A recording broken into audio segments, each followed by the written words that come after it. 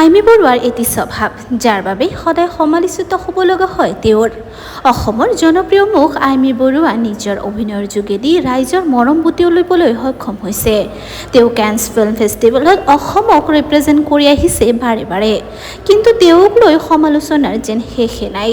তেওঁ নিজৰ social media একাউণ্টত কিছুমান ভিডিঅ' শ্বেয়াৰ কৰি থাকে, য'ত তেওঁ সহজ সৰল জীৱন, গাঁৱলীয়া পৰিৱেশ বা ৰাস্তাৰ কাষত দোকান কৰি থকা মানুহৰ লগত আত্মীয়ভাৱেৰে কথা পাতে, তেওঁলোকৰ পৰা বস্তু কিনে।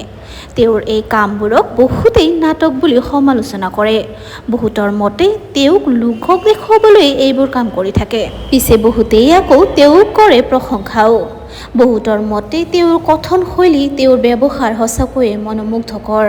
পিছে আইমী বৰুৱাৰ ব্যৱহাৰ আপোনালোকৰ কেনেকুৱা লাগে জনাব। ভিডিঅ'টো ভাল পালে লাইক, কমেণ্ট, শ্বেয়াৰ আৰু ছাবস্ক্ৰাইব কৰিব নাপাহৰিব।